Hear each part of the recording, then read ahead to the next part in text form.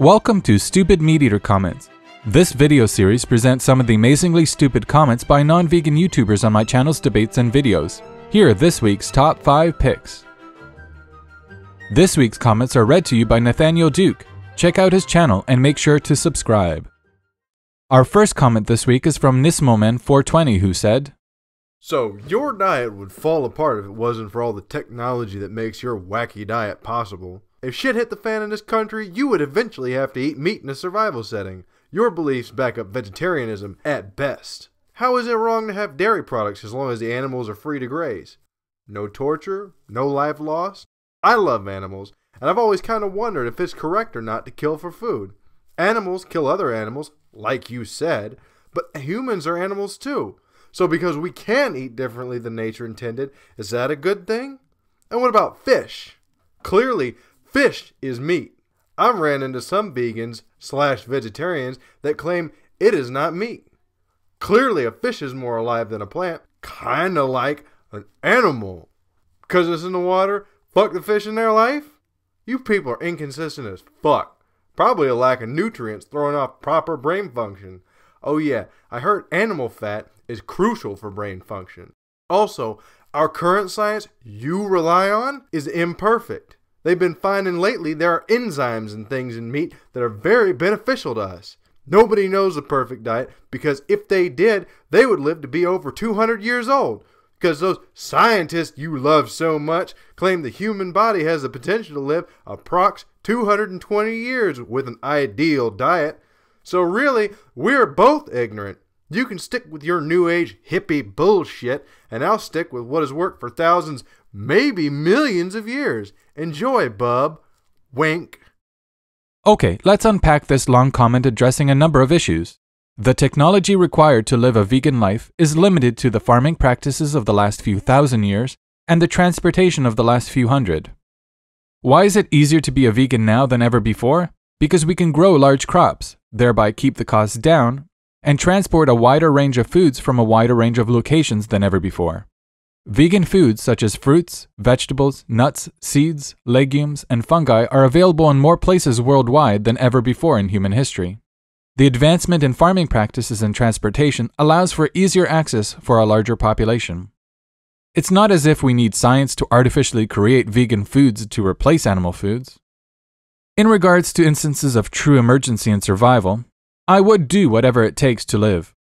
In a truly dire situation, killing and eating other humans has been deemed morally excusable, even though it would not be morally justifiable. We should not base our everyday morality on the chance that one day we may live in a Mad Max world. For the majority of people on Earth today, especially in more affluent countries, there is no state of emergency and widespread famine that requires drastic measures. In regards to vegetarianism and dairy consumption, these animals are kept alive a little longer, hooked up to machines attached to swollen infected udders, restricted and stand for hours on concrete, artificially inseminated by a human, and made pregnant and then have their baby calf taken away nearly at birth. These baby calves are either killed for their flesh, veal, or become the next generation of milk machines.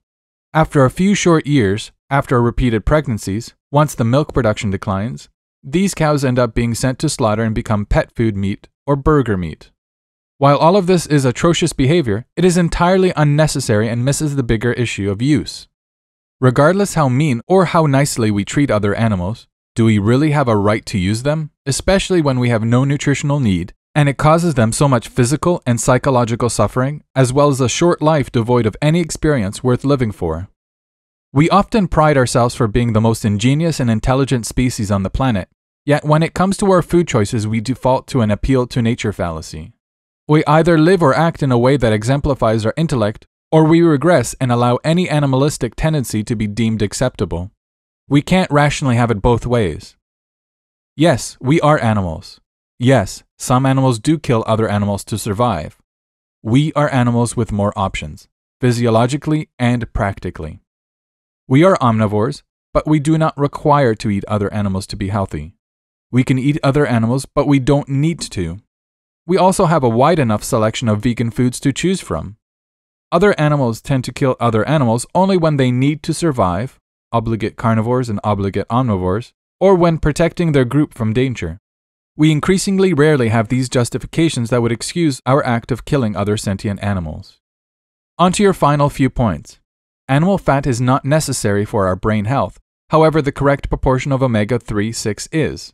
You can get vegan sources of these. While, I admit, science has not discovered everything as of yet, the growing body of information is showing that those eating more vegan foods and less animal-derived foods are in better health. The reason we don't live 200 years or more is not due to our diet, but due to cell decay. Our body replaces cells with new ones. However, as we age, the restoration of cells slows down until organs fail. Sure, there are better diets and worse diets, but there's only one that takes our human health seriously, takes the lives of other sentient animals into consideration, and one that is ecologically responsible. Vegan. Kegarus is up next with this comment. I could never be a vegan. Meat is such a huge part of my food intake. I love every meaty bite I take. I respect your choice to be a vegan, and I see why you might not like eating animals. However, I find your choice to eat plants rather than animals to be a bit of a hypocritical one. Just because animals are more mobile and have lives more like ours, doesn't mean that plants can't suffer in analogous ways to our own.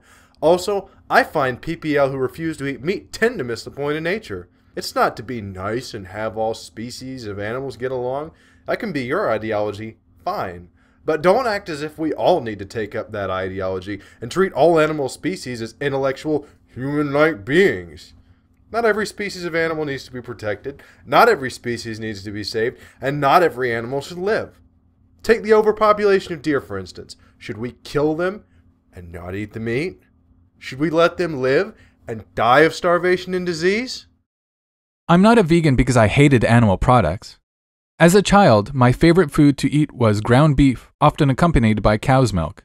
Meat, dairy, and eggs used to be a part of every meal, and until I went vegetarian, and later vegan, there was not a day that went by without those types of foods. I went vegan because I came to the conclusion that my desire for flesh, mammalian secretions, and organic embryo vessels was not consistent with my worldview. I believe that it is wrong to cause suffering and death for matters outside of necessity. Palate pleasure derived from eating animal products cannot be seriously considered a necessity in any sense of the word. Being vegan does not mean the end of enjoying what you eat. I take joy in discovering, making, and eating food more now than in any time previously. Vegan food can be incredibly finger-licking, tongue-smacking, and mouth-watering if you take the time to expand your perceptions of what a meal consists of. There is nothing hypocritical about being a vegan and eating plants rather than animals. As I've laid out in previous videos, plants have evolved to react in limited ways to their environment, however lack organs responsible for thought, emotions, wants, or desires. Plants cannot choose to do something as they lack a mind that does the choosing. Of all the characteristics attributed to living organisms, sentience is the foundation for moral concern. If something alive is not sentient, it by definition does not have an interest in its own life, and therefore the ending of its existence does not conflict with any desire to continue to live. To suggest that nature has an overriding plan or meaning is fallacious. Each sentient animal strives to survive against famine and predators while at the same time take care of any future offspring. As a vegan, I have no aspirations to rid the world of all suffering, as that would be a fully unattainable, naive goal. Our mere existence causes the death and suffering of other sentient beings. So the best we can work towards is to live a life minimizing direct intentional harm and reducing indirect unintentional harm. The place to start is right at the end of your fork. In regards to deer populations, state wildlife management agencies have a financial incentive to keep deer populations high. Deer are considered a resource and rake in a lot of money through the sale of hunting licenses. The reason we have large populations is because we ensure that they stay that way, and we do no service to these animals by unnecessarily hunting them down for pure bloodlust. Next, we have a comment from Smokey5543 who said, I honestly don't give a crap about what you do in your own home. Just don't try to affect what I do in my own. I do care what you may do in your home, if it involves harm directed at others. I would care if you kidnapped a child and locked her in your basement. I would care if you beat your spouse or loved one. I would care if you harmed another sentient being or allowed them hurt under your care. If what you do in the confines of your home is legal and does not harm others, human or non-human, then I do not care what you do in private. but the moment you infringe on the basic rights of others, it becomes everyone's business. I advocate for education and information so that people can make decisions of their own free will. I advocate for rational, consistent, and thoughtful actions in all areas of life. However, it is up to each and every one of us to make up our own minds. It is increasingly more challenging to come to conclusions free from outside influence. On a daily basis, on the radio, on TV, on the internet, in newspapers and magazines, and on advertisement, we are consistently bombarded with messages demanding our attention and our money. How we feel about animals, food, other humans, and entertainment are reinforced by our families, our friends, media, and the society at large. In order to be objective about our thoughts and beliefs, we should reevaluate our preconceived notions and learn to be skeptical and demand evidence for everything we think we know. Our food choices are no exception. Our next comment is from Kargnak, who said, "The one main thing that always get overlooked here is how vegans like this tend to humanize animals rather than regarding them for what they are. Since we're all animals and animals tend to kill other animals, what makes it wrong? It's almost funny to see what kind of pedestal vegans can put themselves on. To think that being human makes them so far removed from nature that they're above its rules." In no way have I ever tried to humanize other animals. There is only one species of humans on this planet, Homo sapiens. To work towards a future in which the most basic right, the right to one's own life, is protected from unnecessary suffering and death at our hands, is not about elevating other species to the level of humans, but rather to finally acknowledge that humans are not the only species worthy of that right. Humans have many rights, many of which would be meaningless to an animal of any other species. The most basic right, from which all other rights are dependent, is the right to not be the property of another. We have seen what harms have come when we have allowed humans to own other humans, often justified by religious texts and irrelevant perceived differences. As long as sentient animals are considered, under the law, as chattel property, the rights and desires of the property owner will always surmount the interests of the property. If we were to talk about an inanimate, non-sentient piece of property, then there is no conflict of interest taking place. If, on the other hand, our property has thoughts, desires, can feel pleasure and suffering, it is prudent of rational moral beings such as ourselves to justify our actions. Again, we see in this comment, and in so many others floating around the YouTube comment section, is an appeal to nature fallacy. We can find rape, murder, and theft throughout the natural world, so would this give us moral grounding to behave in a similar fashion? As intelligent moral agents, we can evaluate the evidence, formulate goals, and work towards them. We can educate ourselves and others on our findings and work to improve the quality of life for all others. Of the two perspectives, which do you see as being on a pedestal? A person who thinks that it is their right to enslave, slaughter, and eat other sentient beings because they have either the permission of their sky god, their species, or self-proclamation. B a person who lives trying to minimize the suffering and death of fellow sentient beings by choosing to avoid animal-derived food items and clothing. Part of this commitment to ending the senseless suffering is to communicate to others through non-violent and non-forceful means so that others too can make an informed decision. We are not automatons enslaved to every natural whim and desire. We can choose to follow the cutthroat, evolutionary, survival of the fit approach to life, or we can engage our intellect and our ability to learn from our past and the past of others to build a better future. And our last comment is from Dylan Hokinyos, who said, "Hello, vegan atheist. I would like to hear your opinion on a situation I'm currently in. I think killing animals for food in the way that people are doing today, raising them in captivity and treating them wrong, that's wrong. But since I can't stop this from happening, I've decided not to become a vegan. Is it still wrong if I eat meat? I'm not a fan of the way that they kill the animals, but I can't stop it. So the damage is already done when I see a hamburger. So would it be wrong to eat the burger? I don't really support the animal killers, but I can't stop them either. So I would rather not become vegan, as I can't make a difference."